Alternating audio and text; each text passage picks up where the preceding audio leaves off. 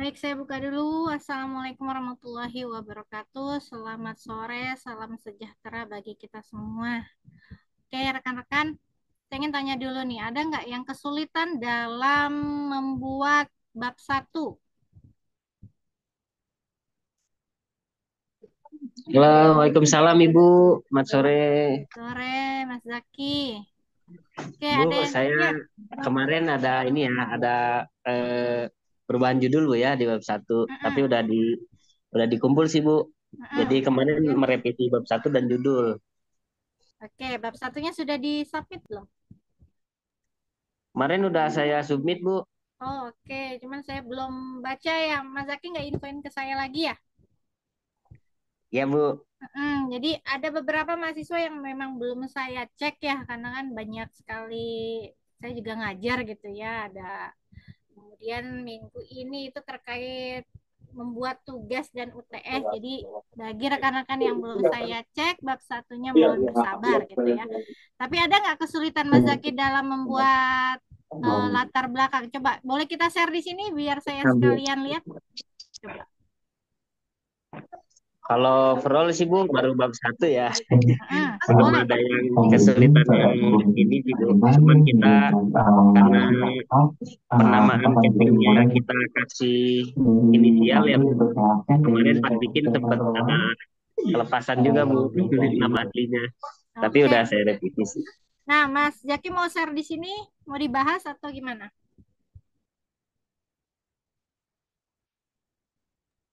Oh boleh Bu. Tapi Oke, saya via HP nih Bu sebentar ya. Saya ya coba. join via komputer dulu.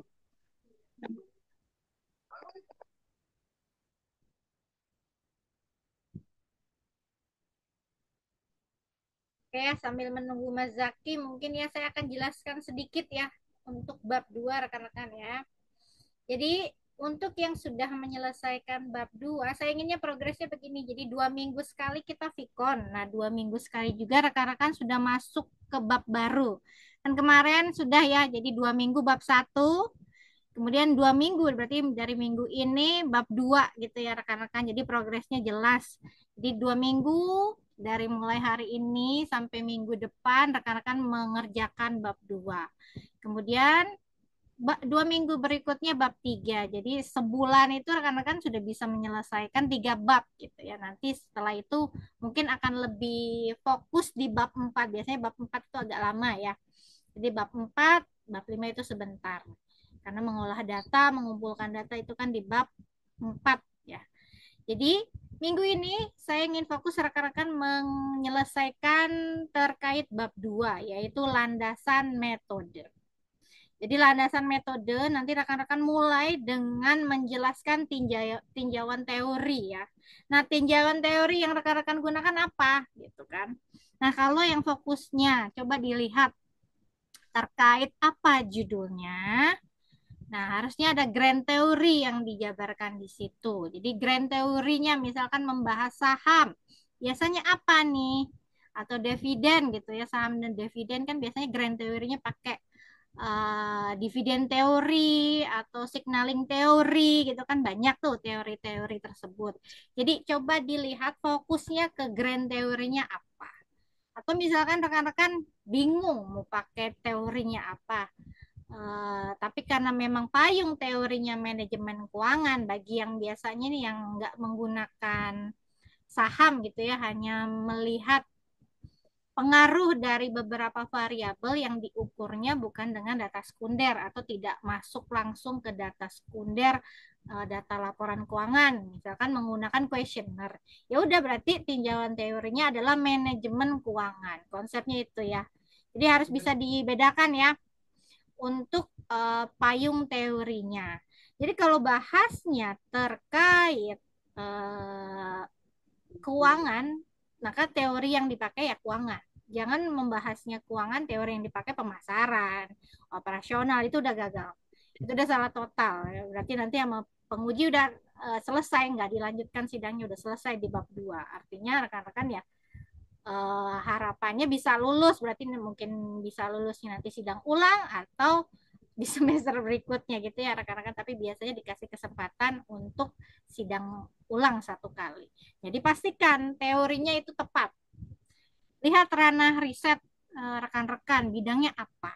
Maka masukkan tinjauan teorinya.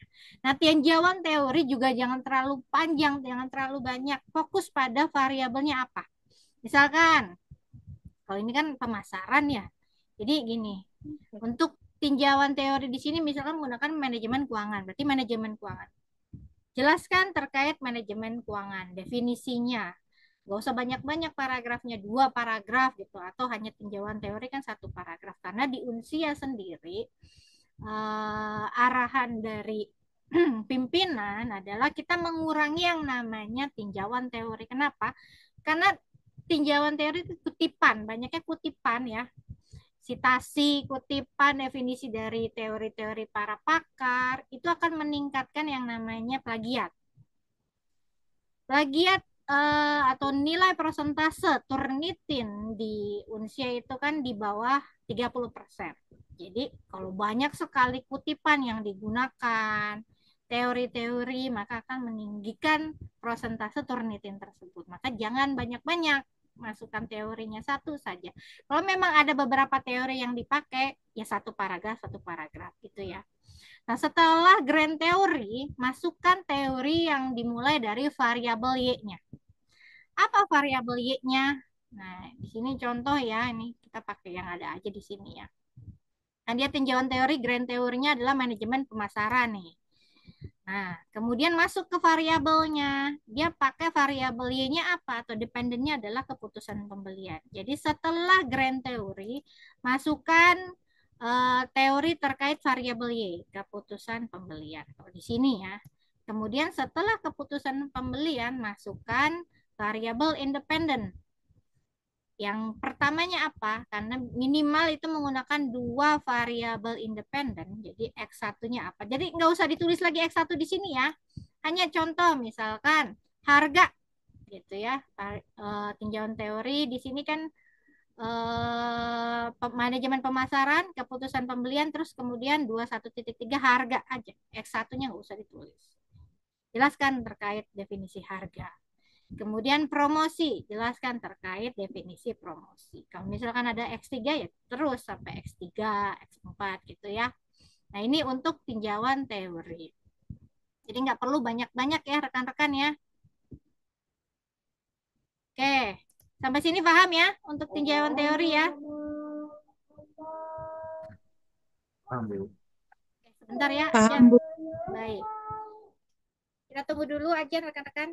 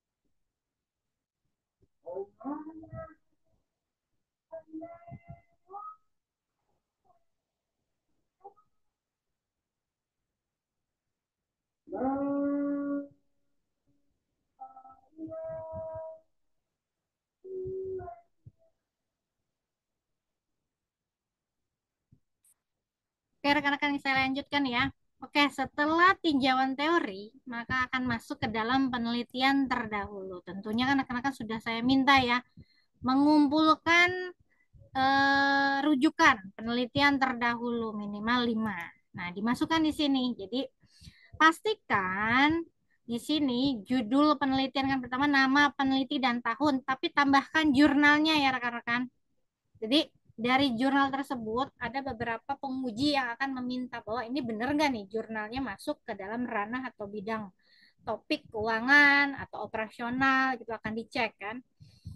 Jadi di sini masukkan. Jadi setelah nama peneliti dan tahunnya, di bawahnya masukkan nama jurnal. Ya, kemudian judul penelitiannya, kemudian metode analisis data. Nah, saya minta ditambahkan metodenya. Kalau rekan-rekan menggunakan kuantitatif, berarti metode analisis di sini kuantitatif menggunakan apa? Misalkan analisis regresi linear berganda. Jadi metodenya kuantitatif, analisisnya regresi linear berganda. Nah, hasil penelitiannya apa? Hasil penelitian yang ditulis di sini, karena kan kita kalau menggunakan hipotesis artinya menguji pengaruh gitu ya, menganalisis pengaruh. Jadi ditampilkan pengaruhnya X1 terhadap Y apa? Positif dan signifikan atau negatif dan signifikan atau positif tidak signifikan atau negatif tidak signifikan. Dituliskan semua. Atau boleh biasanya ada yang dilambangkan plus gitu ya, positif gitu loh, signifikan atau minus hasilnya. Jadi variabel X itu hubungannya atau pengaruhnya, bukan hubungannya, pengaruh positif atau negatif, signifikan atau tidak signifikan. Jadi dijelaskan di hasil penelitian ini. Nah, kesamaan variabel, jadi lihat variabel yang diambil dari penelitian terdahulu apa. Jika X1-nya dengan Y, berarti X1 apa, Y-nya apa. Begitu juga nanti yang kedua sama dengan yang referensi yang pertama ditulis. Nah, harapannya ini kan semua harus sama ya. Kan saya sudah sampaikan. Variabel yang digunakan cari rujukannya yang sama. Gitu. Jadi nanti merumuskan hipotesis kan rekan-rekan baca dulu tuh rujukannya. Enggak cuman mengarang gitu lah, hasilnya positif sama signifikan gitu. Enggak.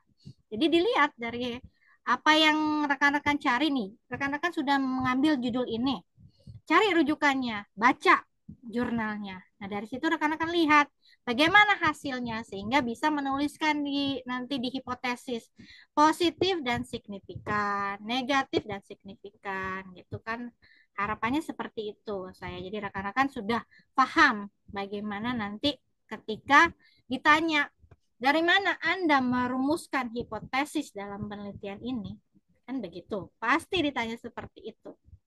Maka ketika ditanya seperti itu oleh penguji, rekan-rekan bisa dengan apa tegas menjawab bahwa rujukan saya dari definisi gitu atau tinjauan teori serta penelitian terdahulu.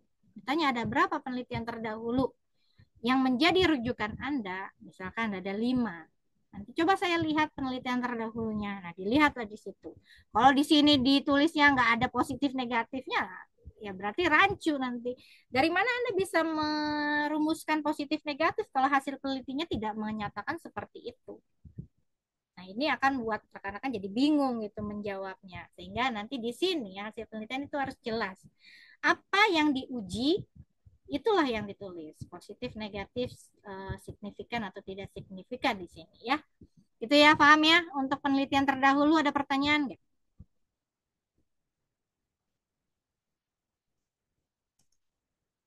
Nggak ada? Berarti paham semua ya? Nah, sekarang saya masuk ke kerangka konseptual. Nah, ini kemarin beberapa mahasiswa sudah membuat bab 2, cuman saya minta di sini harus dimasukkan indikatornya ya. Jadi membuat kerangka konseptual, ini nggak perlu ada pengaruhnya dulu, jadi menuliskan hipotesis nggak perlu. Tapi membuat misalkan di sini kan dia pakai variabel X1-nya motivasi intrinsik. Nah, motivasi intrinsik itu diukur dengan indikator apa? Kalau ini kan berarti dia indikatornya diukur dengan menggunakan kuesioner gitu ya. Biasanya kalau keuangan kan nggak kuesioner, tapi ada juga yang menggunakan kuesioner. Tergantung dia variabelnya apa. Nah, ini motivasi intrinsik, artinya diukur menggunakan kuesioner. Jadi dalam membuat kuesioner kan perlu membuat atribut pernyataan. Ya, ada yang namanya atribut pernyataan dari indikator. Jadi minat. Di sini nomor satu indikator dari motivasi intrinsik adalah minat, sikap positif, kebutuhan. Nah, minat ini jadi indikator. Misalkan coba, yang saya lihat di sini Mas Andreas. Coba Mas Andreas. X1-nya kemarin apa Mas Andreas? Profitabilitas Bang. Nah, profitabilitas indikatornya apa? Return on equity ROE. ROE. Berarti ditulis di sini ROE ya untuk indikatornya. Nah, jangan lupa ROE itu ngambilnya dari sumber mana? Dari Bukunya siapa? dari penelitian terdahulu maksudnya itu. Oh, iya, boleh pakai Oh, penelitian terdahulu atau pakai buku, misalkan mengambil dari bukunya Brigham Houston, Suat Husnan, atau Erni Pujiwati, itu kan banyak. Itu kan semua bahas tuh ROE. Nah, Mas Andreas ini lihat dari mana? Kalau penelitian terdahulu berarti dicantumkan di sini. kalau saya Siapa? sih dari ini Bu ada jurnal dari apa? Judulnya itu Nama eh penelitinya aja. penelitinya Tom satu dan Samrotun. Nah, kemudian dikasih tahunnya. Jadi bisa di sini di panahnya atau di bawahnya aja lah ya. Jadi di bawah indikator dimasukkan sumbernya ya. Jadi indikator terus sumber. Jangan lupa ininya nama variabelnya. Profitabilitas X1, indikatornya ROE, kemudian bawahnya sumber. Itu ya. Nah, sama juga dengan X2-nya. Jadi indikatornya dimasukkan, kemudian sumber. Dan sama juga dengan kepuasan kerja. Ini Y-nya ya. Kalau di sini kepuasan kerja berarti ada indikatornya dan sumbernya. Gitu ya. Terkait kerangka konseptual. Nah, satu lagi jangan lupa setiap tabel ataupun gambar dikasih sumber di bawahnya. Nah, kalau tabel dia namanya di atas. Kalau dia gambar berarti di bawah, terus di bawahnya di sini sumber. Gitu ya. Kemarin saya ada beberapa yang saya lupa tuh ya. Punya rekan-rekan saya tambahkan di sini ya. Jadi gambar di bawah judulnya, tambahkan sumbernya. Kemudian di sini untuk tabel namanya di atas, bawah sumber. Nah, untuk yang misalkan saya minta munculkan fenomena, kemudian men-screenshot gambar gitu ya dari web atau Google, saya minta dibuat manual lagi ya. Jadi dibuat oleh rekan-rekan, dipindahkan, dibuat sendiri grafiknya itu ya. Karena beberapa penguji kurang suka gitu ya. Jangan mengambil atau mengcopy paste dari web ataupun buku ataupun yang lain gitu, tapi dibuat kembali. Karena memang seharusnya jurnal seperti itu gitu. Kalau penelitian ya karya ilmiah memang harus seperti itu. Membuat kembali data gitu ya dengan kemampuan kita sendiri, tidak mengcopy paste. Oke. Nah, ini sudah kerangka konseptual, akan saya lanjutkan ke hipotesis. Nah, bagaimana cara membuat hipotesis? Kan sudah ada tuh di bab 1 ya, hanya H1, H2, H3 gitu atau H1, H2 gitu. Nah, hipotesis di sini akan dibuat nih secara detail. Dari mana rekan-rekan bisa membuat atau mengajukan suatu hipotesis. Jadi, pastikan dulu di sini diawali dengan definisi.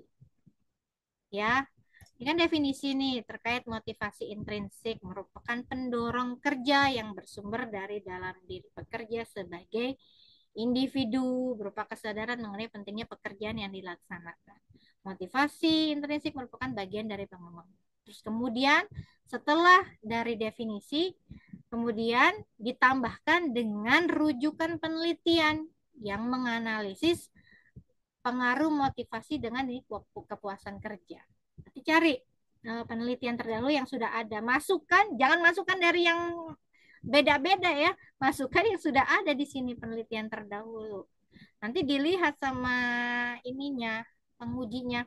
Misalkan, kan pakai IEE ya. Sudah tahu ya rekan-rekan menggunakan IEE bagaimana? Ada yang belum tahu nggak? Sudah semua. Mas Andreas tahu ya cara membuat citasi EEE, Udah Bu. I triple E.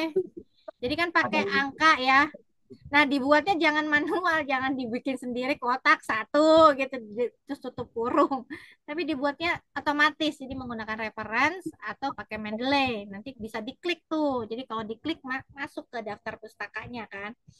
Nah, nanti dilihat di sini penelitian terdahulunya yang menganalisis pengaruh X1 dengan Y. Dilihat, oh pengaruhnya di sini positif, sehingga hasil hipotesisnya juga berarti X1 berpengaruh positif dan signifikan terhadap Y. Ini dilihat nanti di sini misalkan nomor 1. Nanti dilihat ini sesuai enggak dengan penelitian terdahulu, rujukan penelitian terdahulunya ada enggak kan. Jadi pastikan jangan dari yang nggak dimasukkan di penelitian terdahulunya. Untuk penelitian terdahulu kan saya minta minimal 5. Karena kan boleh banyak, nggak apa-apa. Terserah rekan-rekan mau sebanyak apa gitu ya. Semakin banyak rujukan kan semakin bagus. Yang penting setidaknya ada minimal 5 lah gitu ya. Untuk membuat apa namanya, mencari gap penelitian, kemudian merumuskan hipotesis. Nah, sampai sini ada pertanyaan nggak terkait hipotesis? Silakan. Paham semua nih berarti ya? Izin Bu. Ya, silakan Mas Ah, Andreas. di hipotesis saya tuh kan apa ya, ketiga variabel itu berpengaruh positif dan signifikan. Jadi kan ada positif negatifnya, ada signifikansinya. Hmm, Sedangkan di saya kan ada 5 hmm. jurnal terdahulu. Salah satu dari 5 itu dia tuh cuma menguji pengaruhnya positif atau negatif dan tidak ada signifikansinya. Itu bisa saya pakai atau harus diganti itu? Bisa dipakai, coba pasti ada signifikansinya. Lihat alfanya. Oh, oh iya Bu. Lihat uji alfanya, nilai signifikansinya kan bisa tuh nanti Oh Mas iya, Andreas lihat. bisa Bu. Apakah di atas 0,05 ataukah di bawah gitu kan. Kalau di bawah berarti signifikan, kalau di atas berarti tidak signifikan. Gitu ya. Jadi tetap bisa digunakan. Sip. Oke. Ada lagi yang lain? Oke, paham ya? Nah, sekarang kita lanjut ke kerangka penelitian. Nah, saya minta kerangka penelitian itu dibuat komprehensif ya, nggak cuman pertama studi literatur, kemudian apa namanya, pengumpulan data, analisis, kesimpulan. Nggak, jangan jangan apa semudah itu gitu. Kita buat lebih komprehensif. Ini kan sudah ada contoh ya. Jadi mulai dari identifikasi, studi literatur, mungkin menentukan tujuan, survei perusahaan. Kalau misalnya nggak survei ya nggak usah gitu ya. Ini langsung misalkan mengumpulkan data, kemudian pengolahan data. Nah, teknik analisa datanya apa? Regresi linear gitu kan. Datanya yang digunakan biasanya mungkin bisa dibedakan tuh. Sekunder sama apa? Data sekunder sama data primernya kan bisa dibikin cabang sekunder primer gitu. Apalagi yang menggunakan regresi data panel. Biasanya regresi data panel kan jadi banyak modelnya, ada CEM, FEM, REM, nanti dari situ hasilnya apa, uji asumsi klasiknya apa kan banyak. Jadi saya minta dibuat komprehensif, jangan karena biar mudah, biar gampang gitu, jangan seperti itu, tapi lebih komprehensif ya. Karena ini kan artikel, karya ilmiah, penelitian. Oke, ini untuk kerangka penelitian. Berarti selesai nih bab 2. Kayaknya seminggu cukup ya, Mas Andreas. Seminggu cukup kayaknya udah kelar nih. Cukup Bu. Cukup ya, Udah karena nyicil juga. iya udah selesai ya. Oke, setelah itu nanti lanjut ke bab 3. Nah, sekalian aja deh bab 3 sedikit ya saya jelaskan. Nah, untuk bab 3 ini terkait implementasi metode usulan. Yang pertama adalah membuat model penelitian. Nah, mungkin ada yang udah lihat ini model penelitian kok mirip ya sama apa namanya kerangka konseptual ya, kan mirip nih. Nah, cuman kalau di kerangka konseptual ini baru memasukkan indikator. Ya, jadi runut ya. Kita buat dulu variabelnya apa, indikatornya apa. Nah, ini kan variabelnya apa, indikatornya apa. Kemudian, kalau untuk yang di model penelitian, ini sudah masuk namanya research framework. Jadi kerangka penelitian atau model penelitiannya.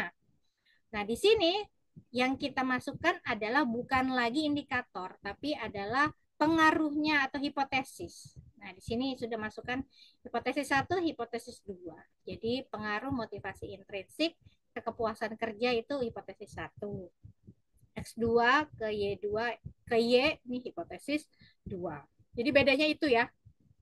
Kalau untuk kerangka konseptual dengan model penelitian. Jadi kalau di model penelitian sudah tidak ada lagi yang namanya indikator, tapi memasukkan hipotesis. Ada berapa hipotesisnya? Kalau ada 2 ya 2, kalau ada 3 ya 3. Itu ya. Setelah model penelitian masuk ke jenis penelitian. Nah ini nggak semuanya ditulis ya rekan-rekan. Pilih sesuaikan. Kalau pakai pendekatan deskriptif ya jelaskan di sini pendekatan deskriptif. Jadi jenis penelitiannya menggunakan metode kuantitatif dengan pendekatannya adalah deskriptif. Maka ini bertujuan memberikan gambaran yang sistematis. Dibuatlah narasinya ya, sehingga dari sini akan melihat kaitannya faktor sebab akibat gitu, karena kan nanti akan dijelaskan di pembahasan. Atau mau pakai yang mana juga, ini kan banyak, ada kausal, komparatif, korelasional, tergantung penelitian rekan-rekan apa jenisnya gitu ya. Nah, kemudian objek dan subjek. Coba saya tanya, rekan-rekan bisa bedakan nggak objek dan subjek penelitian? Nah, kalau Mas Andreas, objeknya apa? Kalau objek saya itu datanya itu sendiri tuh.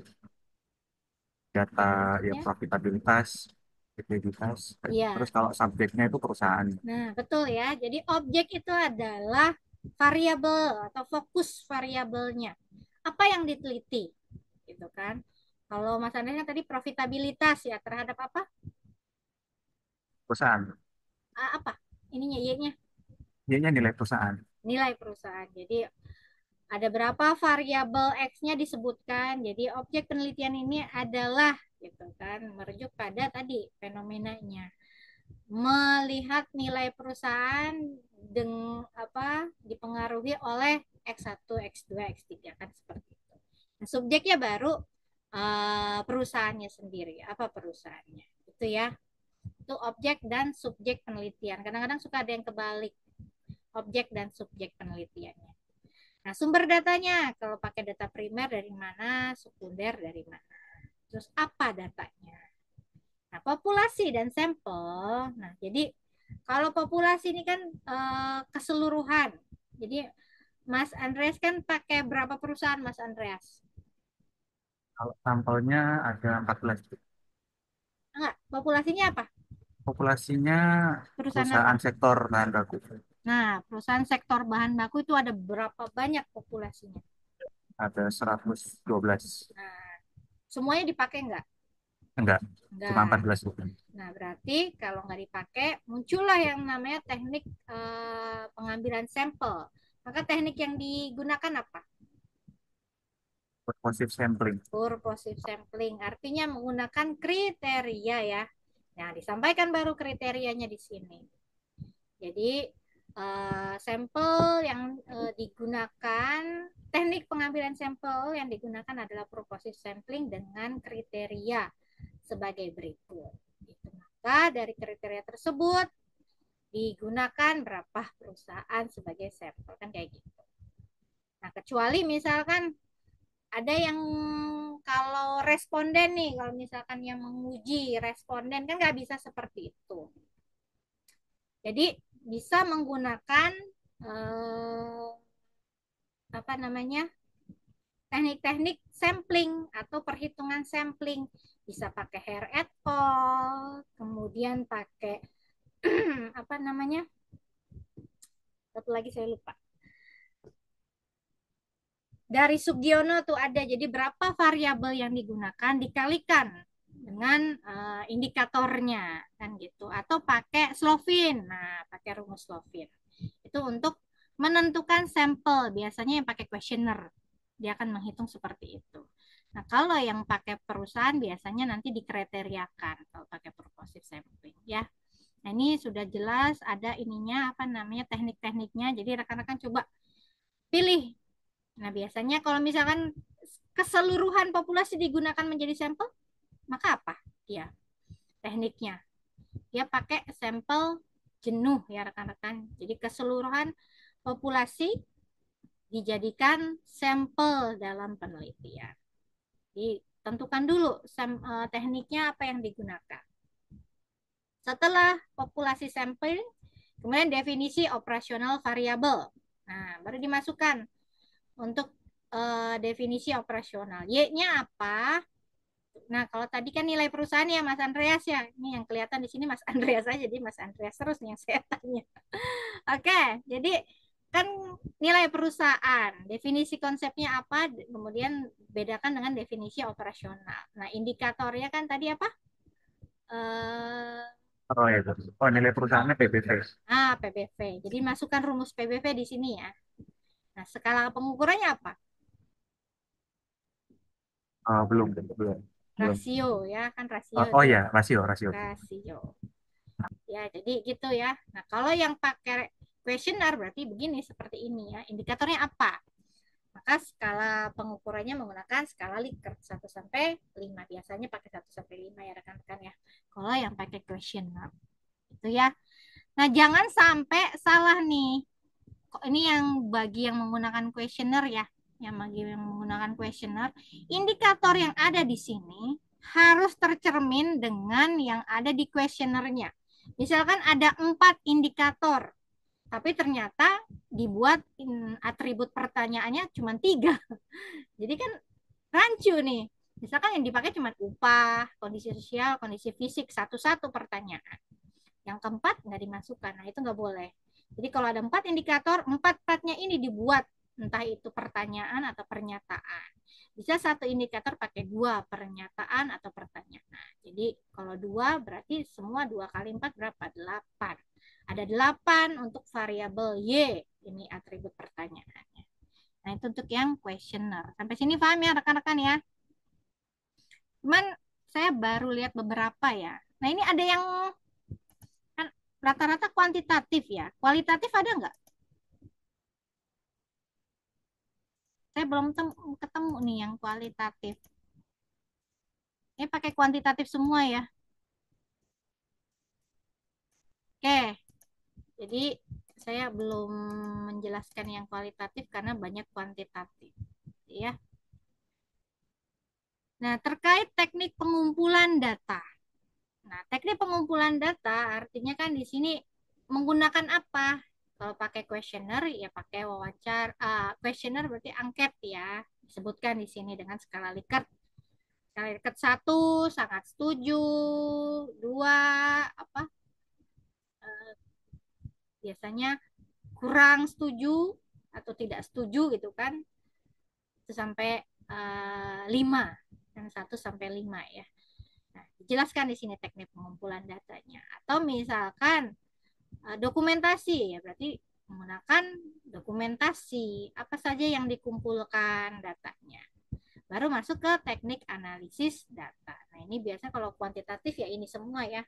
Statistik deskriptif, inferensial artinya menggunakan uji-uji instrumen. Validitas, reliabilitas kan biasanya digunakan untuk yang questionnaire. Kalau yang ini kan enggak pakai ya. Oke, silakan ada pertanyaan Mas Selendra, boleh. Mohon maaf Bu, sementara saya lagi sortis Bu. Tadi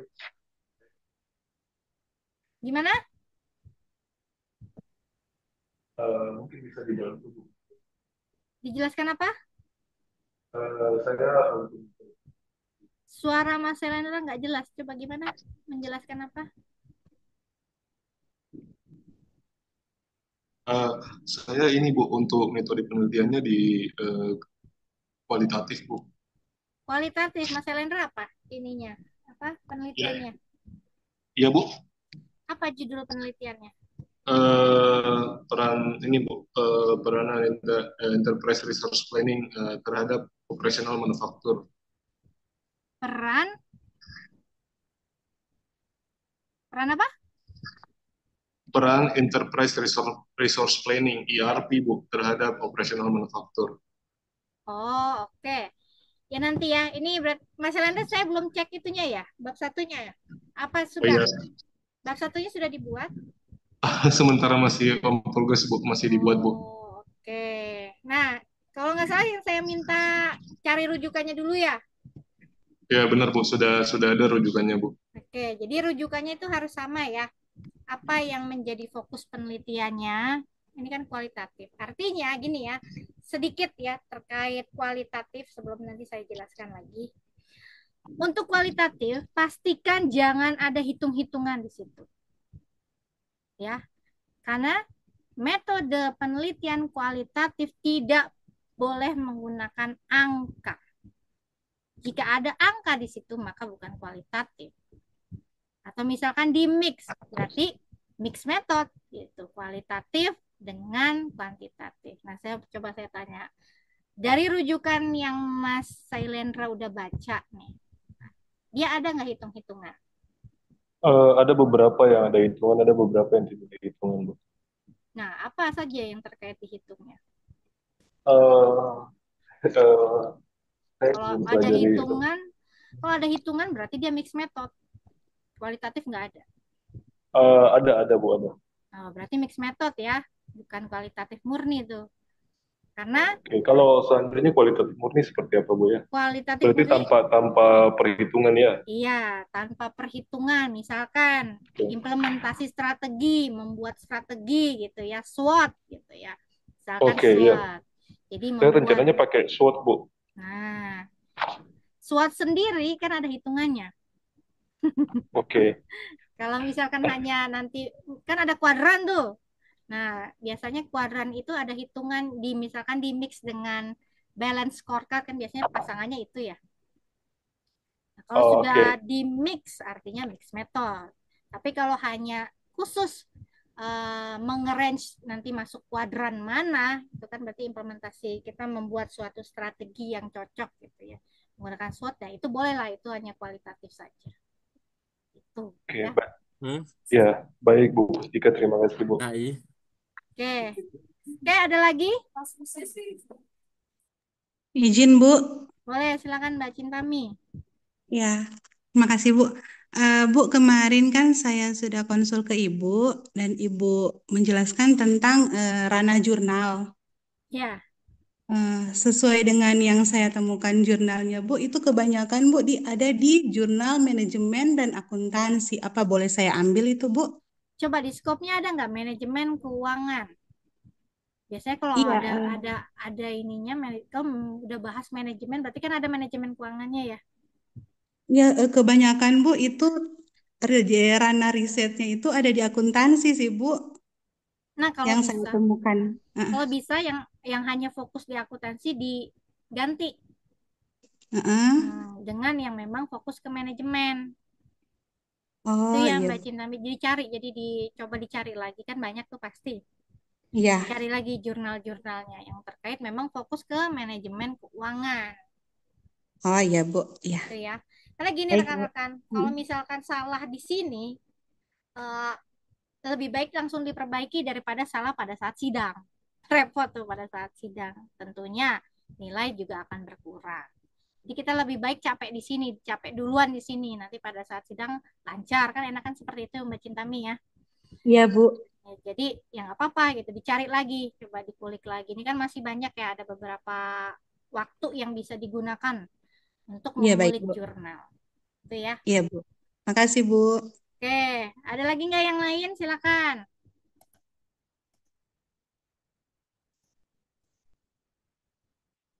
Oke, ya ada saya lanjutkan ya. Berarti nih, kalau yang pakai questionnaire tadi ada uji validitas, reliabilitas. Dijelaskan di sini ya.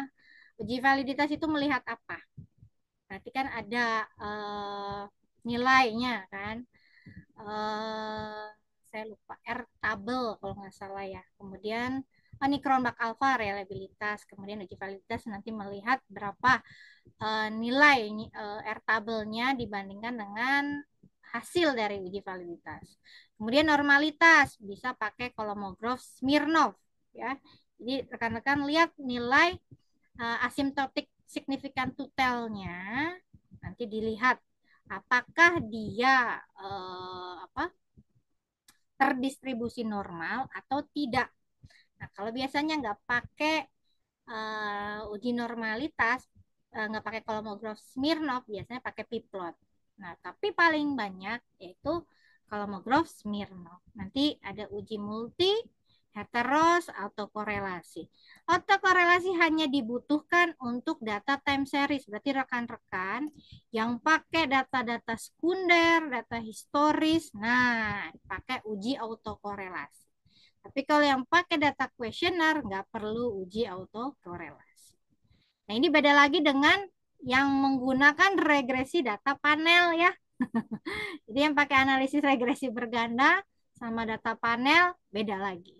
Jadi sebelum uji asumsi klasik yang pakai data panel, uji kelayakan model dulu, mana model yang dipilih. Apakah dia CHEM atau FEM atau REM. CHEM sama FEM itu biasanya masih perlu uji asumsi klasik. Tergantung dia, biasanya normalitas sih enggak. Kayaknya kalau nggak salah heteros sama multi deh ya. Nah, kemudian kalau yang terpilihnya REM, nah dia sudah masuk namanya GLS, jadi nggak perlu lagi uji asumsi klasik.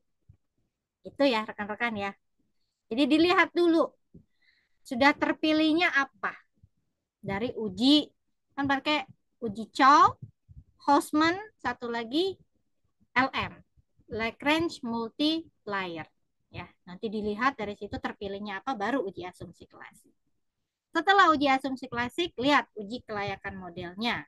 Uji kelayakan model berarti menggunakan uji F. Kemudian lihat uji koefisien determinasi. Berapa besar pengaruhnya? Ini hanya yang untuk kuantitatif ya. Kalau kualitatif nggak pakai ini. Lalu nanti persamaannya dimasukkan. Uji regresi linear berganda melihat koefisien, konstanta dan koefisiennya. Kemudian baru uji hipotesis. Nah, disinilah uji hipotesis. Apakah hipotesisnya diterima atau ditolak? Kan rekan-rekan banyak yang sudah menggunakan H1, H2, H3 ya. Jadi jangan pakai lagi hipotesis alternatif H0, HA. Langsung saja. Jadi hipotesis misalkan terkait variabel X1 dengan Y. Hipotesis 1 diterima atau ditolak. Begitu aja ya. Jadi nggak perlu lagi ada HA, 0. Tapi di sini untuk di penjelasannya boleh di sini dijelaskan. Ya. Terkait jika ditolak bagaimana, diterima. Nah, lokasi dan waktu penelitian biasanya dibuat seperti ini. Jadi lokasinya di mana? Lokasi adalah tempat perusahaan yang dianalisis gitu ya. Kemudian baru waktu penelitian. Nah, ini rekan-rekan dimulai dari bulan apa ya? Maret ya? Maret ya. Jadi Maret. Dimulai dari bulan Maret. Biasanya sampai 6 bulan. Maret, April, Mei, Juni, Juli, Agustus berarti ya. Nah, ini untuk yang kualitatif ya. Nah, saya coba sedikit menjelaskan terkait kuantitatif. Nah, ini sedikit kualitatif. Izin tuh Ya, silakan. sebelum masuk ke kualitatif, mau nanya yang tadi uji asumsi klasik, Bu. Nah, saya kan pakai regresi data panel. Nah, setelah uji Chow, Rosman sama LM itu kan ketemunya REM. Nah, saya baca di buku Penak itu dulu kayaknya. Itu karena kalau REM itu eh, tidak, dia tidak serta-merta bilang eh, nggak perlu uji klasik. Terus ada di beberapa buku lain nggak perlu. Terus saya cari apa nonton YouTube itu juga kalau kalau REM itu katanya perlu uji normalitas sama terus sama apa multikoliniaritas. Apa benar, Bu? Kalau sudah terpilih REM biasanya kan dia masuk apa? GLS ya. GLS. Nah, GLS kan berarti artinya semua uji asumsi klasik sudah terlewati kalau yang GLS. Jadi sebetulnya nggak perlu lagi dia uji asumsi klasik. Itu ya Mas Andreas. Jadi misalkan Mas Andreas nih maunya diuji apa enggak asumsi klasiknya? Saya nguji sih Bu, cuma ya lolos-lolos aja kalau ngeliat ini. Nah, Mungkin bener kali ya iya. bukunya. Iya udah. Harusnya sih sudah lolos semua. Iya. Tapi kalau memang tetap mau dilakukan uji ya nggak apa-apa, masukkan saja. Tapi hanya menu-menuhin halaman nantinya, Iya, gitu iya, Bu. kan. Nah, kalau misalkan tidak mau dimasukkan, pastikan rujukannya ada ditulis di situ. Jadi Oh, gitu. dari hasil atau model yang terpilih adalah rem. Maka berdasarkan penelitian siapa atau berdasarkan namanya siapa autornya, bahwa jika terpilih rem maka tidak perlu lagi dilakukan uji asumsi klasik. Itu harus ada rujukannya. Itu ya. Jangan karena nggak mau karena udah terpilih GLS gitu. Jadi udah kosong aja nanti ditanya sama pengujinya, kan nggak semua penguji paham ya. Dia mungkin rananya bukan keuangan dan dia jadi jarang gitu menggunakan regresi data panel. Dia nggak ngerti. Nah, ditanya tuh dia, kenapa ini nggak ada uji asumsi klasiknya? Kalau memang tidak mau gitu, tidak, memang dia benar nggak perlu dilakukan uji asumsi klasik, harusnya ada rujukan, pasti dia minta rujukan. Jadi sebaiknya langsung ditulis. Tapi kalau Mas Andreas hasilnya bagus-bagus aja ya masukin aja nggak apa-apa gitu. Cuman ya gitu, nggak usah perlu banyak-banyak ya, nambah halaman lah paling. Itu sih. Oke, ada lagi Mas Andreas? Oke, Bu. Oke, yang lain? Oke, silakan Mas Selendra. Mohon maaf Bu, saya balik mundur sebentar ke belakang Bu ya. Oke. Untuk yang selain metode analisis SWOT, rekomendasi Ibu untuk judul Nah, saya apa Bu ya? ini saya perlu tahu dulu nih. Jadi saya nggak bisa nebak-nebak gitu ya. Mas Selendra ingin benar-benar fokusnya di mana, cari rujukannya gitu ya. Oh, Jadi apa yang rekan-rekan mau tulis gitu ya terkait judul itu harus dilengkapi rujukan. baik Bu. Jadi harus kumpulkan dulu rujukannya, nanti setelah dibaca baru nih dapat pencerahan. Oh kayaknya bagus ini nih gitu. Mau ngulik apa sih sebetulnya kan gitu. Berarti Mas Oke, Selendra ini operasional ya? ya operation Bu. Nah, kalau operasional itu kan banyak sekali ya. Topik-topik bisa diambil dari 10 keputusan operasional. Kualitas, TQM itu kan banyak, persediaan. Fokusnya dulu apa? Mau bahas apa? Mungkin ini Bu ya, kalau ke TKM agak spesifik Bu ya, mungkin inventory Bu. Persediaan. Nah, boleh. Ya, Persediaan berarti tetap dia, kalau persediaan kan hitungan ya. waduh, oke, Gini, hitungan Bu enggak, ya. iya enggak usah takut sebetulnya gini Mas Elendra. Persediaan kan pasti kaitannya dengan apa? eh titik yang gimana ya saya nyebutnya? Ya oke, ya kan? Economic order quantity, eh, pemesanan optimum, kemudian biasanya Buffer safety stock, stock, ya kan? ya. Kemudian kaitannya dengan apa? ROP, ya kan? Dia kapan dia bisa memesan kembali. Nah, itu berarti kalau sudah masuk itu kan hitungan semua tuh. Artinya metodenya metode penelitiannya ya tetap kuantitatif, tapi tidak menggunakan analisis regresi gitu. Jadi hanya disebutnya gini, metode penelitian yang digunakan adalah deskriptif kuantitatif. Beda ya. Metode penelitian Oke, kuantitatif dengan pendekatan deskriptif itu pasti ada uji hipotesis. Tapi kalau metodenya deskriptif kuantitatif maka tidak perlu adanya uji hipotesis, tidak perlu adanya statistik di situ. Jadi hanya menghitung baik. dengan rumus tersendiri. Jadi EOQ rumusnya bagaimana, ROP bagaimana, safety stock bagaimana. Gitu ya Mas Chandra ya. Baik Bu Pustika, terima kasih Bu. Oke, dan saya rasa lebih mudah sih kalau itu. Menghitung persediaannya. Paling ya harus dapat datanya sih. Karena ada frekuensi pemesanan, lead time di situ harus datanya benar-benar harus ada. Baik, Itu ya. Oke, ada lagi yang mau ditanyakan? sementara itu Bu. Oke, kalau begitu yang lain, Ibu izin, ya silakan. Ibu menyambung pembahasan tadi yang terkait data panel, Bu. Mm-mm. Jadi beberapa rujukan yang saya temui yang terkait uji asumsi klasik itu yang saya dapat itu eh, dari rujukan itu bahwa perlu dilakukan uji multikolenialitas sama heteroskadisitas.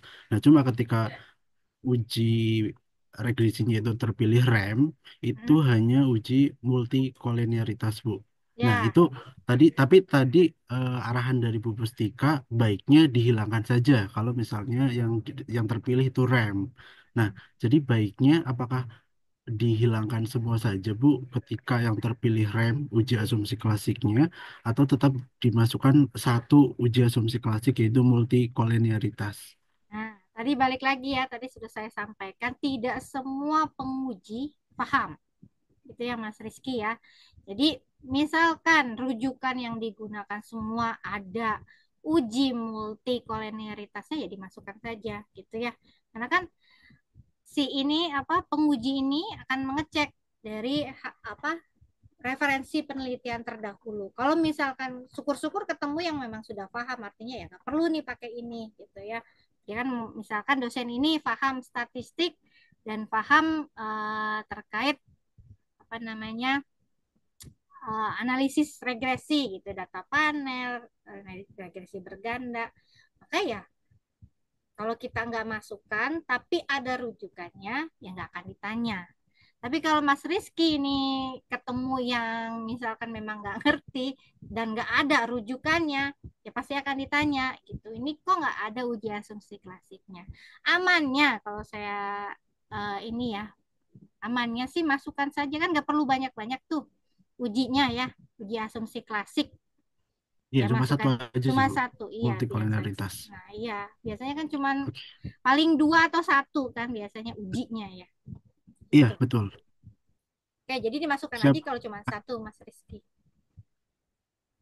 siap, Ibu. Sambil yang kemarin saya apa sampaikan, jangan lupa rujukannya, gitu ya.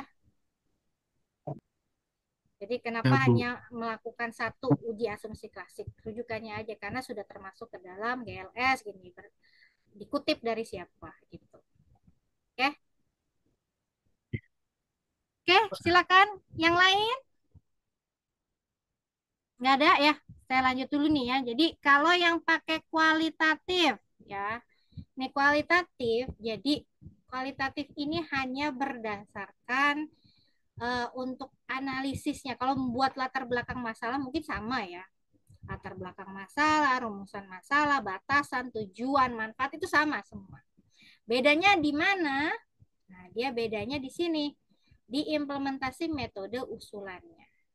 Jadi di landasan metode mungkin juga sudah berbeda ya. Ini kalau landasan teori, penelitian terdahulu, kemudian nanti kalau ada proposisi juga boleh di ini. Cuman kayak jarang sih. Saya nggak pernah pakai yang kualitatif ya. Karena yang ketemu kualitatif juga jarang. Karena gini, kalau kualitatif itu dia kurangnya apa? Kualitatif itu kurangnya justifikasinya. Kan dia hanya mengcompare ya 3 misalkan sumber data dari pertama dari apa namanya kan metode triangulasi sumber data kemudian dari hasil ininya wawancaranya ada satu lagi apa saya lupa hanya mengcompare itu saja jadi misalkan ada 3 informan dia bikin nah ini ditanya hasilnya persepsinya sama apa enggak gitu hanya begitu dia. Jadi kualitatif itu lemah untuk justifikasi nanti hasil kesimpulannya. Makanya muncul kuantitatif. Kuantitatif kan dianalisis dengan teknik ya. Nah, mungkin lemahnya di situ kalau kualitatif. Dan untuk mencari apa namanya menggunakan kualitatif itu kan wawancaranya bukan wawancara biasa, dia wawancara mendalam dengan 3 informan. Jadi kalau di sini harus dijelaskan dulu rekan-rekan menggunakan kualitatif. Nah, pendekatannya apa? Nah, di sini ada pendekatan. Kalau studi kasus biasanya nggak akan bisa digunakan oleh apa, ruang lingkup manajemen. Studi kasus itu biasanya digunakan untuk ilmu-ilmu kesehatan, ya, yang meneliti penyakit, kemudian ya pandemi gitu ya, kemudian lab lihat obat gitu ya, apa namanya, meneliti obat. Nah, biasanya itu studi kasus. Nah, kemudian apa? Kalau nggak pakai studi kasus, maka rekan-rekan harus tahu ranah penelitiannya termasuk apa? Apakah mengukir terkait fenomena. Nah, ini kan berarti mendeskripsikan pengalaman-pengalaman. Kemudian etnografi, grounded teori, naratif, tematik itu harus tahu.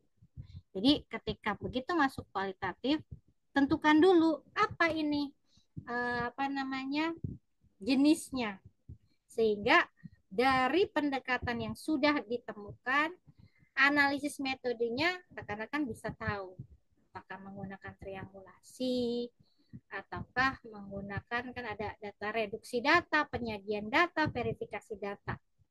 Nah, dari mana tuh yang sesuai dengan pendekatan yang rekan-rekan gunakan.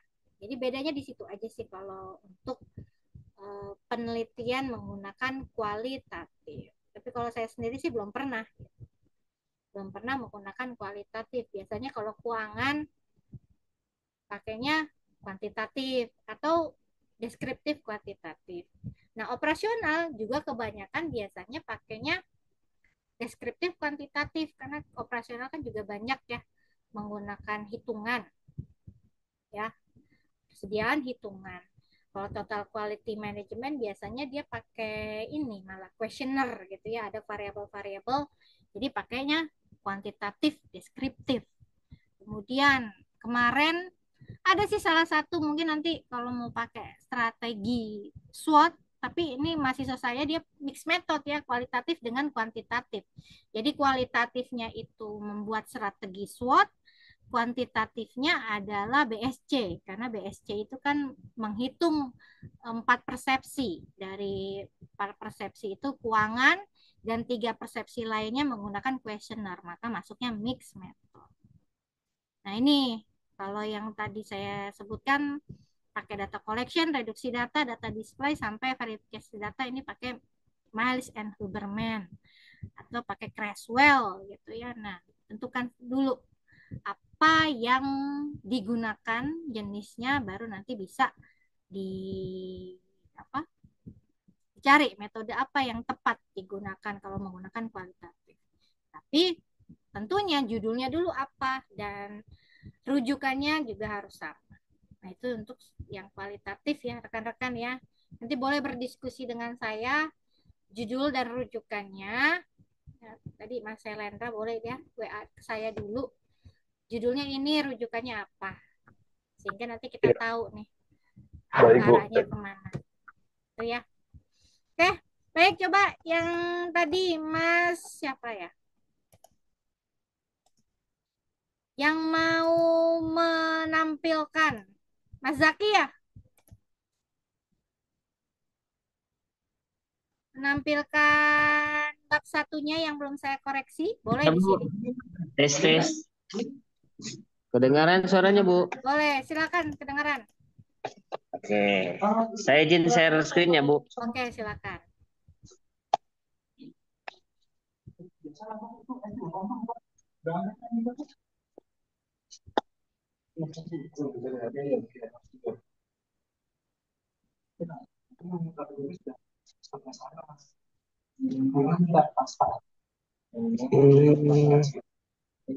Sudah muncul, Kak, Bu? Belum ya? Belum. Sorry, Bu. Agak loading. Ya, sebelumnya saya buka dulu ya, Bu. Assalamualaikum warahmatullahi wabarakatuh. Waalaikumsalam. Saya Jaki dari Balikpapan, Bu. Saya ngambil judul kemarin untuk revisiannya ya, pengaruh manajemen keuangan terhadap profitabilitas usaha catering, studi kasus di Exhibit Catering. Tadi saya menyimak tentang bab 2, Bu.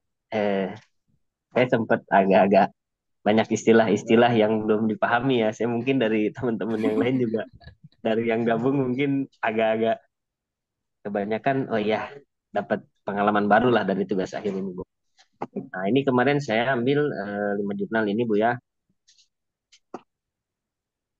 Kemudian saya mau bahas tentang latar belakang. Di sini saya kemarin bikin latar belakangnya ya, usaha catering mikro, kecil, dan menengah UMKM. Namanya itu Banjarsari Catering, tapi karena demi kode etik ya kita berubah jadi Exhibit Catering. Udah 26 tahun melayani acara-acara di Balikpapan, Bu ya. Kemudian kita mau ngambil ininya, Bu, tentang profitabilitas indikator utamanya, Bu ya. Di sini rumusan masalahnya berdasarkan fenomena tadi, ada beberapa hal yang harus diperhatikan. Pertama, batasan masalah. Di sini batasannya adalah penelitian dilakukan di usaha catering ini, kemudian aspek yang mau diteliti, Bu, ada 4 kemarin: perencanaan keuangan, pengelolaan kas, pengendalian biaya, sama pencatatan keuangan. Kemudian profitabilitas diukur menggunakan indikator margin laba bersih dan tingkat pertumbuhan laba. Data juga meliputi laporan keuangan 2022-2023, Bu. Karena yang 2021 ke bawah itu kan corona ya, Bu. Jadi datanya kurang inilah istilahnya, kurang umum lah. Kemudian penelitian ini tidak membahas faktor eksternal lain yang mempengaruhi profitabilitas seperti persaingan pasar atau kondisi ekonomi makro dan lain sebagainya. Kemudian tujuan penelitian kemarin saya 2, Bu ya. Pertama, pengaruh manajemen keuangan terhadap profitabilitas. Kemudian yang kedua, sejauh mana penerapan manajemen keuangan berkontribusi terhadap pencapaian laba usaha catering. Adapun manfaat, Bu, saya kemarin bikin ya satu bagi usaha catering pelaku usahanya sendiri. Itu ketika kita tanya, Bu, kemarin saya sempat tanya gimana Pak masalah ini ternyata sebenarnya usaha catering ini ownernya sendiri, Bu, kurang memahami artinya marginnya itu naik tiap tahun atau enggak. Dia bilang kayaknya sih ya naik, tapi untuk data sendiri kita nggak apa dia nggak tahu. Akhirnya oh berarti dengan adanya penelitian ini kita juga bisa memberi informasi, Bu, yang akurat gitu loh, Bu, tentang pemahaman manajemen keuangan yang dipakai untuk profitabilitasnya usaha dia. Kemudian bagi akademisi, ya kita juga berkontribusi ilmiah ya dalam bidang manajemen keuangan. Kan nanti bisa jadi jurnal kita atau mungkin pendapat-pendapat kita juga dipakai seperti kita mengambil pendapat-pendapat orang sebelumnya ya. Ketiga, bagi peneliti selanjutnya juga ini jadi referensi, Bu. Kemudian jenis penelitian di sini saya kuantitatif ya dengan pendekatan asosiatif. Kemudian sumber sumber jenis datanya itu saya pakai 2, Bu. Kemarin kan Ibu nyaranin sekunder ya, Bu ya. Saya juga pakai data primer ya, melalui langsung wawancara, kuesioner gitu, Bu. Nah, hipotesisnya tadi saya dengar Ibu nggak usah pakai lagi hipotesis nol. Ini di bab 1 saya pakai hipotesis nol juga, Bu. Apakah ini perlu revisi apa gimana gitu, Bu? Karena saya udah bikin kan baca-baca sama lihat-lihat sama tanya-tanya sama teman-teman kan. Saya ambil 2 nih, Bu, hipotesis nol yang tidak berpengaruh signifikan sama hipotesis alternatif atau H1. Menurut Ibu, apakah hipotesis nol ini perlu saya rubah atau gimana, Bu? Ini rubah semua ini. Coba dari atas. Mulai dari atas. Ya, dari latar belakang. Ya. Oke, pertama judul dulu deh. Judul dulu ini saya lihat cuma 1 berarti ya, X-nya. Iya, Bu. Nah, Pengaruh manajemen keuangan terhadap profitabilitas usaha catering. jangan ya, jangan cuma 1 X ininya, variabel independennya. Jadi tambahkan Mas Zaki. Ya. Ya, kalau cuma 1 pengaruh manajemen keuangan artinya kan pakai regresi linear sederhana tuh. Cuman H1. Sederhana, Bu. Nggak boleh. Jadi minimal itu 2 variabel X. Boleh pengaruh manajemen keuangan dan apa terhadap ini kinerjanya kinerja apa? Kinerja keuangan berarti ya. Kinerja keuangan, Bu. Oke, berarti pengaruh manajemen keuangan dan X2-nya apa terhadap kinerja keuangan catering XYZ kan gitu ya, usaha catering Terhadap XYZ. profitabilitas juga. Iya, Nah, profitabilitas mau disebutkan kinerja keuangan apa profitabilitas aja? oh gitu. Coba kita lihat, nah, coba lihat itunya dulu deh, rujukannya. Nah, coba. Ini Bu, kemarin kita ambil 5 ini Bu ya. Kita ambil 5 jurnal ya. Nah itu kan disebutkan kinerja tuh. Ini ada yang memang ada dampaknya Kinerja terhadap ya. profitabilitas. Nah, Coba ntar dulu. Yang satu pengaruh manajemen keuangan terhadap kinerja itu kan cuma X1 terhadap Y. Coba cari yang 2 variabel. oh berarti Kemudian, nah ini analisis pengelolaan keuangan. Ini kan berarti beda nih. Analisis pengelolaan keuangan UMKM, analisis pengelolaan keuangan UMKM ya, pengelolaan keuangan dengan manajemen keuangan kan beda. Tidak bisa dipakai. Jadi mau pakai yang mana nih? Pengaruh manajemen keuangan atau pengelolaannya? oh gitu ya ya Bu. Atau mau digabung pengaruh manajemen keuangan dan pengelolaan keuangan gitu. Jadi X2-nya.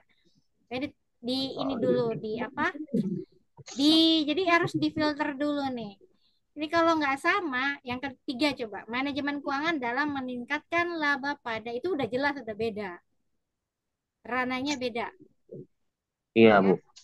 Nah, studi kasus pengaruh cash flow manajemen ini juga beda. Perencanaan dan pengendalian keuangan ini juga beda. Jadi mau yang mana? Kayaknya Fokusnya mau yang bagusnya yang mana? pengelolaan Bu ya. Nah, analisis pengelolaan keuangan mungkin bisa dikaitkan dengan rasio. Jadi di situ bisa ada berapa variabel yang digunakan. Coba lihat dulu, pengelolaan keuangan itu apa saja yang menjadi indikator?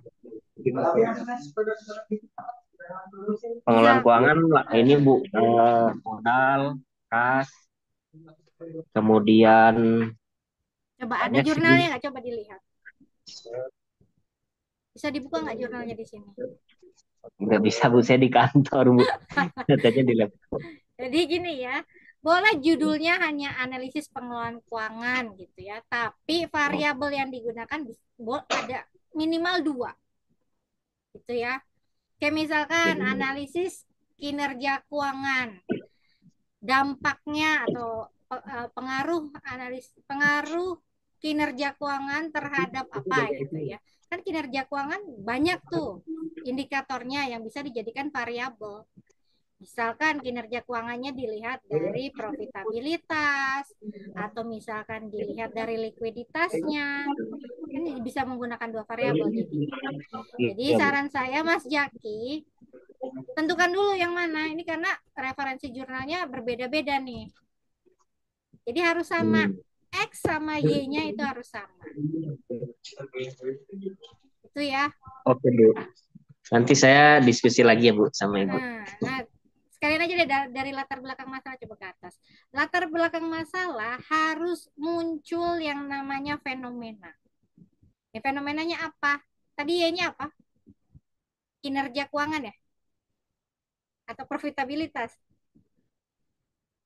Profitabilitas Bu, manajemen Berarti keuangan terhadap tunjukkan. profitabilitas. Nah, di sini berarti ini coba ke bawah nih udah keberlanjutan terutama yang berkaitan dengan pengelolaan keuangan itu ada pengelolaan keuangan di situ. Nah, setelah pengelolaan keuangan ini tambahkan fenomenanya. Jadi misalkan ada tren penurunan profitabilitas dari tahun berapa sampai tahun berapa. Munculkan di situ, itu menjadi fenomena. Setelah fenomena, maka buatkan lagi narasinya bahwa faktor-faktor yang bisa mempengaruhi atau yang dapat mempengaruhi profitabilitas itu apa aja. Baru merujuk pada X1, X2. Sehingga dari faktor-faktor yang dapat mempengaruhi, maka ada 2 faktor utama yang mempengaruhi profitabilitas perusahaan. X1-nya apa, X2-nya apa, jelasin. Setelah itu didukung sama penelitian terdahulu gitu ya. kalau buat latar belakang masalah. Itu Mas Jaki ya. Oke, Bu. Jadi ini dirubah dulu Mas Jaki, belum kayaknya belum bisa apa nih mau mau fokusnya apa gitu. Cari dulu. Kalau memang pengelolaan keuangan, cari yang semua terkait pengelolaan keuangan terhadap profitabilitas. Oke, Bu. Mungkin saya ambil di pengelolaan keuangan, Bu, supaya lebih Mm-mm. luas ininya, Bu. Oke ya. Jadi di ini dulu. Pokoknya saya titip minimal itu dua variabel X ya Mas Zaki ya. Oke, Bu. Oke, ada Mungkin lagi dari nggak? saya itu dulu, Bu, ya. Oke, baik Mas Oke. Zaki. Oke, silakan. Nih Mas Satria sudah Siap, raise hand apa? Ada yang mau ditanyakan? ya. Silakan. Izin Bu, Mm-mm. kemarin kan sudah saya baca hasil bimbingan yang di Si Akad Bu ya. Mm-mm. Saya kan udah submit bab satu saya dan referensinya. Nah di situ ada beberapa catatan dari Ibu termasuk mulai dari judulnya Bu perlu dilakukan revisi. Dari yang sebelumnya judul saya itu analisis dampak penurunan IHSG akibat ketidakstabilan ekonomi terhadap putusan investasi investor lokal.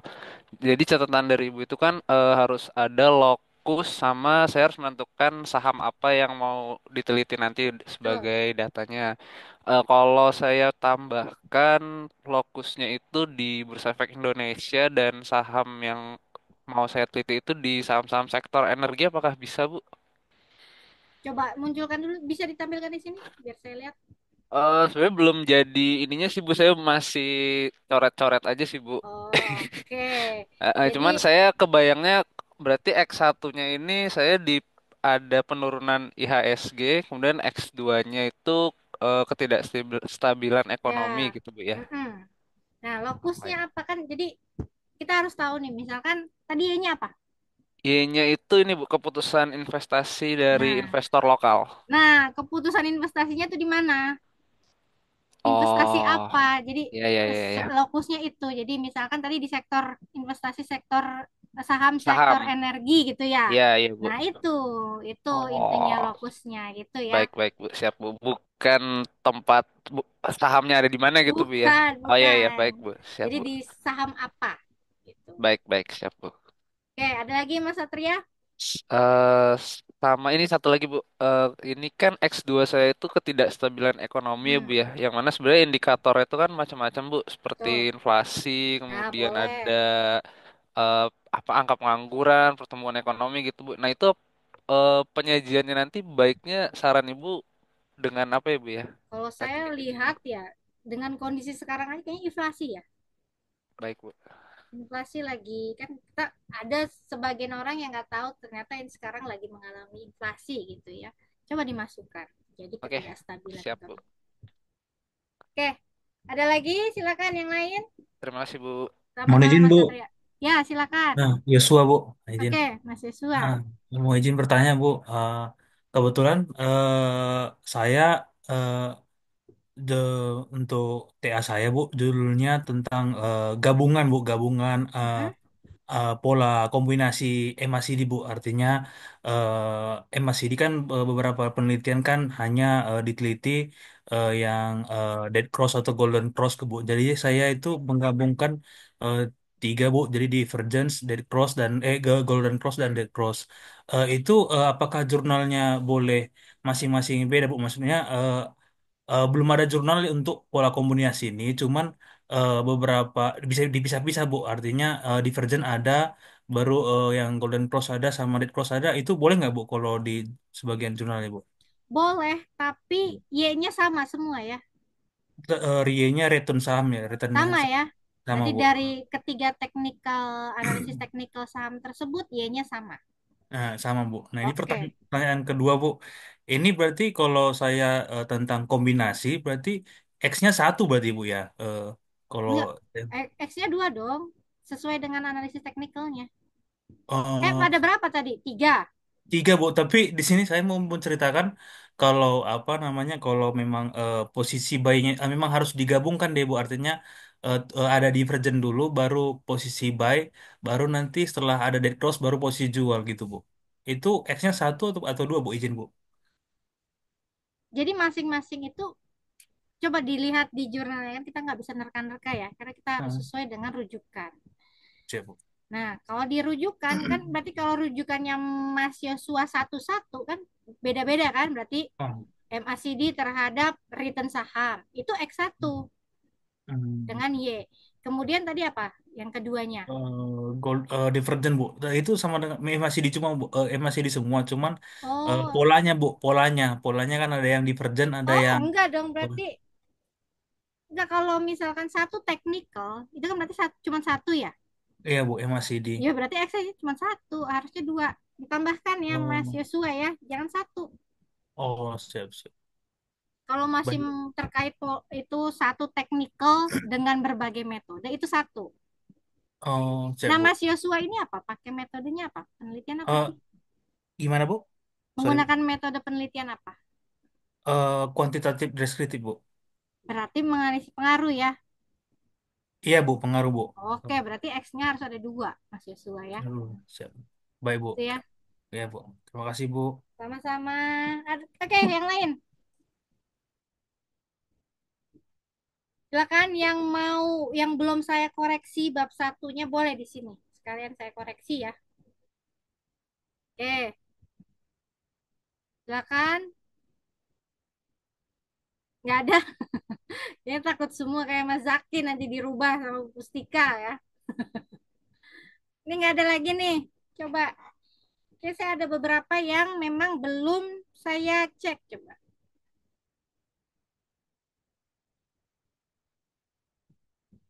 Yang baru mengisi.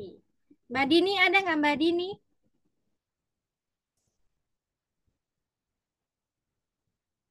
Mbak Dini ada?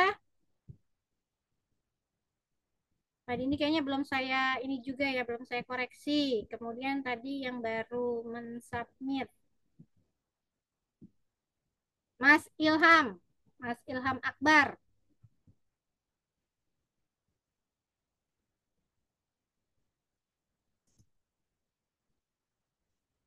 Nggak ada ya? Oke, ada lagi nggak nih sebelum saya tutup?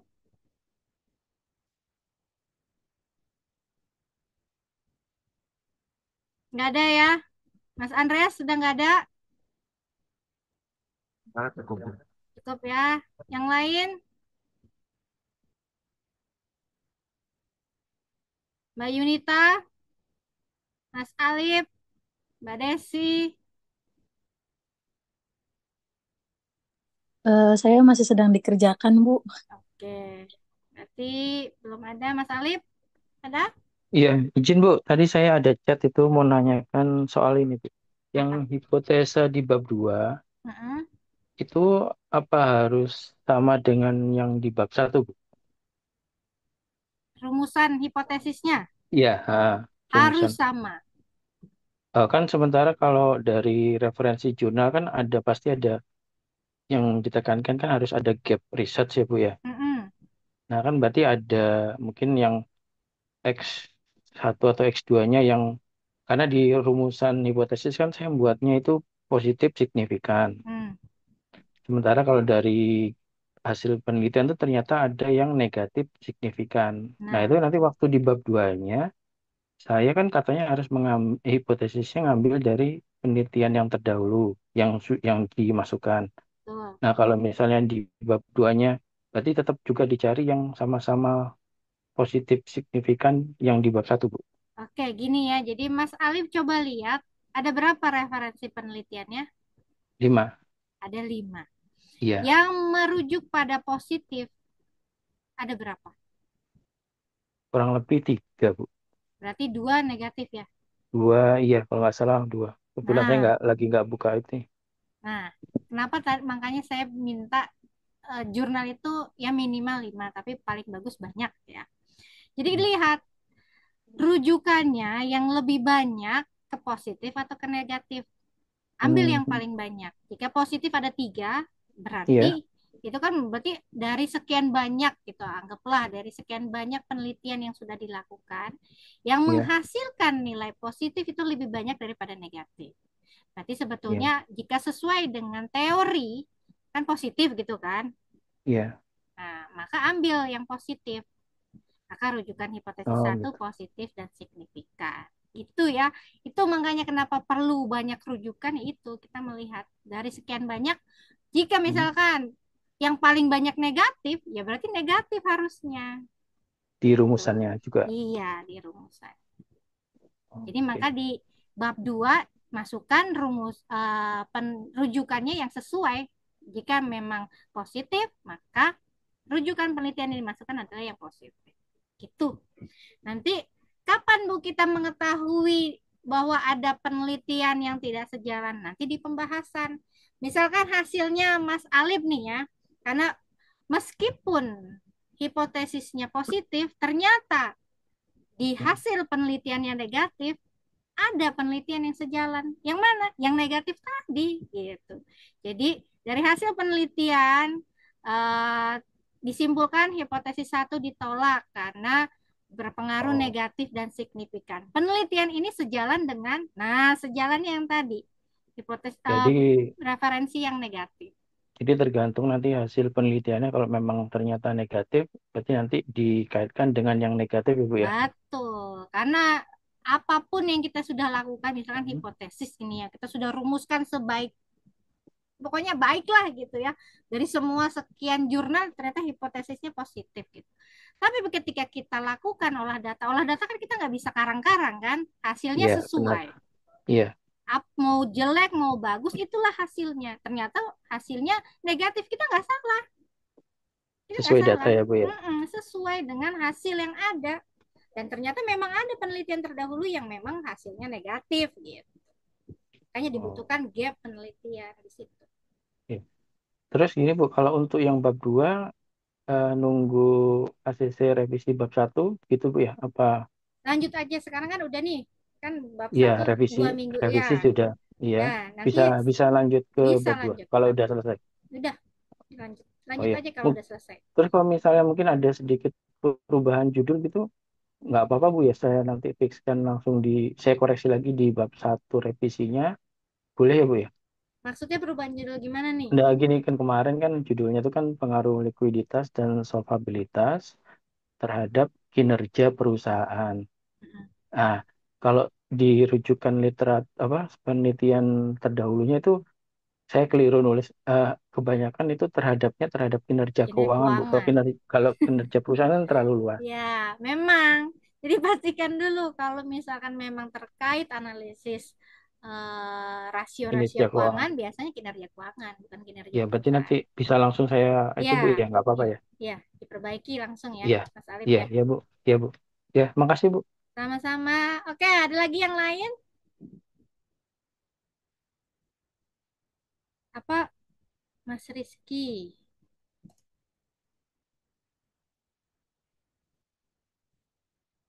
Perubahan judul apakah ada batasnya? Oke, kalau judul, perubahan judul nggak ada batasnya ya rekan-rekan. Makanya gini, saya minta tuh rekan-rekan pastikan dulu. Jadi nggak cuma nyari judul doang, tapi pastikan referensinya ada. Jangan bikin judul yang referensinya nggak ada, bingung nanti. Jadi harus sama. Jadi kalau misalkan, saya mau yang kuantitatif terkait rasio, cari yang rasio gitu terhadap kinerja keuangan misalkan. Cari yang sama, X sama Y-nya sama. Jadi rekan-rekan judulnya udah bisa akan saya ACC kalau misalkan ininya rujukannya sudah ada gitu, udah lima-limanya nih udah sesuai, akan saya ACC. Tapi kalau misalkan masih kayak ternyata yang referensinya belum ada yang cocok dan berubah-berubah gitu ya, nggak sesuai, nah itulah yang nanti belum saya fixkan nih, ini sudah judulnya yang mana, bingung kan, apalagi cuma satu, X-nya kan minimal 2. Jadi nggak ada batasnya ya. Bahkan sampai pada rekan-rekan sidang, kalau kata penguji judulnya harus ganti ya ganti. Gitu ya. Nah itu kalau ada judul ganti artinya revisinya major karena dari atas sampai ke bawah akan dirubah. Makanya judul itu jangan membuat rancu dan bingung ke bawahnya. Jadi berbeda-beda. Judul kalau untuk penelitian serata 1 udah cukup mudah ya, karena harus sama dengan adanya penelitian yang sudah dilakukan variabel X sama Y. Kalau sudah ada ya tinggal dijalankan. Kan memang lokusnya kan nanti berbeda. Data yang digunakan juga datanya berbeda. Jadi sehingga nggak apa-apa kalau ada kesamaan judul dengan penelitian terdahulu. Yang penting nanti hasilnya kan akan berbeda. Gitu. Untuk judul jadi tidak ada batasan. Berapa kali perubahan judul nggak? Hanya harus benar-benar fix judulnya sama rujukannya sehingga tidak memunculkan kebingungan. Itu ya Mas Muhammad Rizky Hilmi. Ini Mas Rizky Hilmi kayaknya sudah submit ya? Sudah submit bab 1 kan ya? Ini saya sudah cek deh.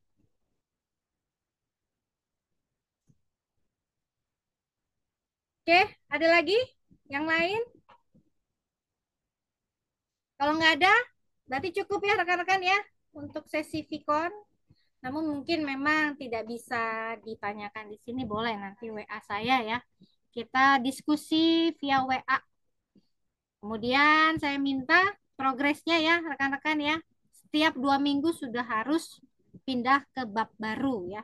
Berarti Mas Andre sudah bab 2, berarti 2 minggu lagi setelah ini bab 3. Mas Alif juga ya, sudah ya. Pokoknya yang sudah semua bab 1 ya. Progres langsung lanjut ke bab 2 di minggu ini. Itu ya. Oke. Kalau tidak ada pertanyaan, saya akhiri. Terima kasih untuk rekan-rekan. Tetap semangat dengan mengerjakan TA-nya ya. Kekejar. Pokoknya saya harapannya rekan-rekan semua ini selesai di semester ini ya. Jangan ada yang lanjut. Pokoknya selesai. Jadi diusahakan, disempatkan untuk mengerjakan tugas akhirnya. Itu ya rekan-rekan. Saya tutup. Terima kasih. Wassalamualaikum warahmatullahi wabarakatuh. Waalaikumsalam Waalaikumsalam. warahmatullahi Terima kasih, wabarakatuh. Bu. Terima Terima kasih, Bu. kasih. Ya, sama-sama terima kasih.